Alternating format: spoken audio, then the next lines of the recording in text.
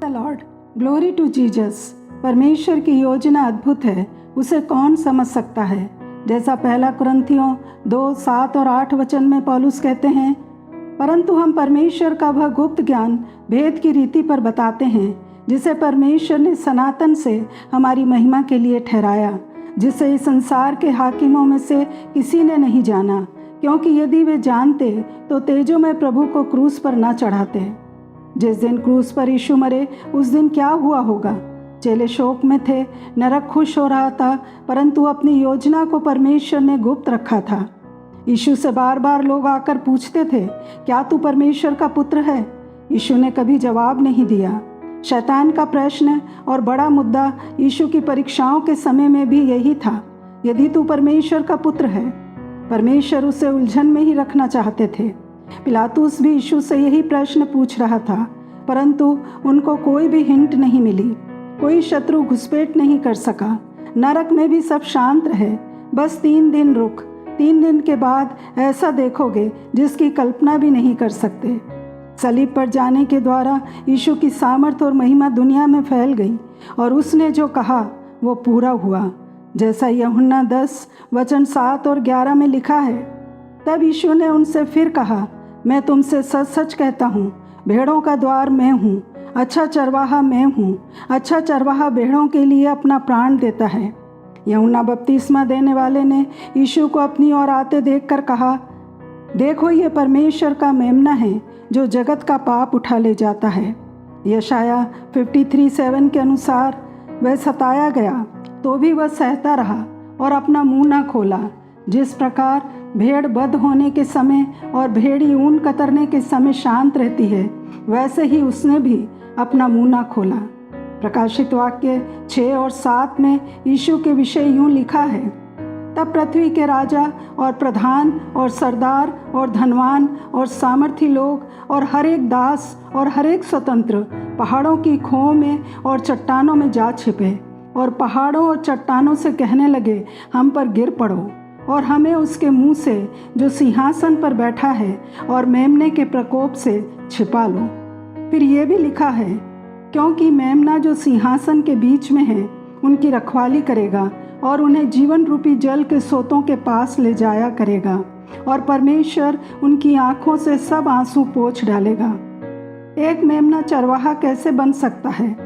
एक मेमना कमजोर, असहाय और सीमित बुद्धि वाला होता है और एक साधारण जानवर होता है, लेकिन चरवाहा बुद्धिमान और सावधान रहता है और अपनी भेड़ों का मार्गदर्शन करने में कुशल होता है, और वह एक इंसान है। यीशु वो मेमना है जो बलिदान में मारा गया था, लेकिन वह मेमना अब झुंड के चरवाहे के रूप में मार्गदर्शन और शासन करता है। वह अपने बलिदान के द्वारा संसार के पापों को दूर करता है। हम सब भटकी हुई भेड़ के समान हैं। हमें ऐसे किसी की ज़रूरत है जो हमारे दुख, पीड़ा, अकेलेपन का दर्द जानता हो, जो हमें दूर नहीं करता वरन कोमलता से हमारी अगुवाई करे, जो हमारी कराहट को सुनकर हमें बचाए और हमारी रक्षा करे और दुख के समय हमें अपने सीने से लगा ले। यीशु जो हमारा चरवाहा है, एक मेमना भी है। एक मेमना अपने चरवाहे के लिए अपनी जान देता है। चरवाहा अपने मेमने को बलिदान के लिए सौंपेगा और उसके सिर पर अपने पापों को स्वीकार करते हुए हाथ रखेगा और उस मेमने का लहू उसके जीवन के लिए बहाया जाएगा। यशाया 53:4-6 के अनुसार, निश्चय उसने हमारे रोगों को सह लिया और हमारे दुखों को उठा लिया, तो भी हमने उसे परमेश्वर का मारा कूटा और दुर्दशा में पड़ा हुआ समझा। परंतु वह हमारे ही अपराधों के कारण घायल किया गया, वह हमारे अधर्म के कारण कुचला गया। हमारी ही शांति के लिए उस पर ताड़ना पड़ी कि उसके कोड़े खाने से हम चंगे हो जाएं।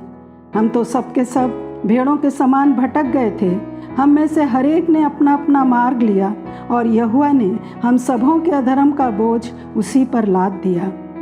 यहाँ जो प्रतीक या इमेज है वो बदल जाती है और कहानी अलग हो जाती है।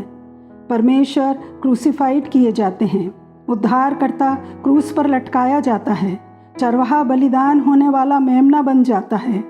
यीशु जो पाप रहित, निर्दोष और शुद्ध हैं, वो हम अधर्मियों के लिए हमारे स्थान पर क्रूस पर हैं। उनका लहू हमारे पापों की क्षमा के लिए बहाया जा रहा है। परंतु कहानी में ट्विस्ट भी है। चरवाहा क्रूस पर अधिक समय नहीं रहा, वो मर गया और तीसरे दिन जी उठा।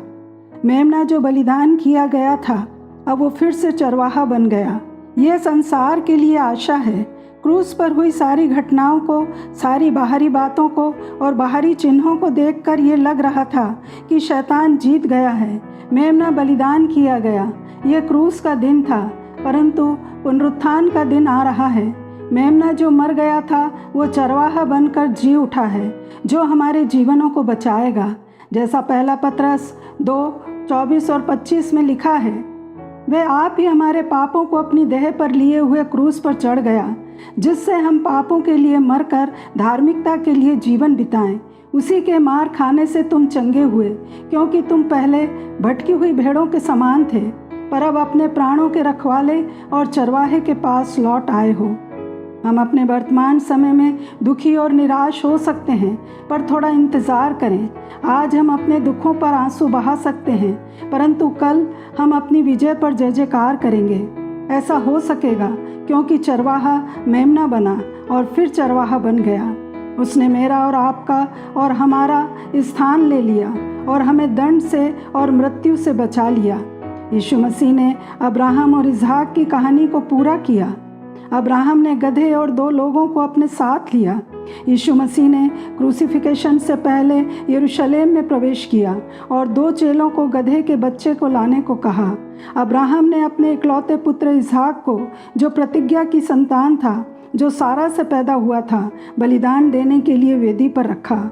जब इसहाक ने पूछा, बलिदान का मेमना कहाँ है, तब अब्राहम ने कहा, यहोवा उपाय करेगा। परमेश्वर ने मेमने का प्रबंध किया, यहोवा येरे। परमेश्वर यहोवा ने हम सबों के स्थान पर अपने पुत्र को बलिदान के लिए खड़ा किया। इसहाक लकड़ी का गट्ठा अपने ऊपर लिए हुए चला। यीशु अपने ही क्रूसिफिकेशन के लिए क्रूस को उठाकर चले। परमेश्वर अब्राहम का हृदय जानते थे कि वो शुद्ध हैं। उन्होंने उसके लिए उपाय किया। परमेश्वर ने अपने पुत्र को पूर्ण बलिदान के लिए दे दिया। अब्राहम ने मोरिया पर्वत पर अपने पुत्र को वेदी पर रखा। यीशु भी मोरिया पर्वत पर बलि होने के लिए क्रूस पर चढ़ाए गए। बैतलहम से हर एक बलि के मेमने यरूशलेम लाए जाते थे। यीशु ने गधी पर बैठकर यरूशलेम में प्रवेश किया और मंदिर में गए और परफेक्ट सैक्रिफाइस के लिए मंदिर में गए और वहाँ जो लेन देन कर रहे थे उन्हें बाहर निकाला और उनसे कहा, मेरा घर सब जातियों के लिए प्रार्थना का घर कहलाएगा, पर तुमने इसे डाकुओं की खो बना दिया है।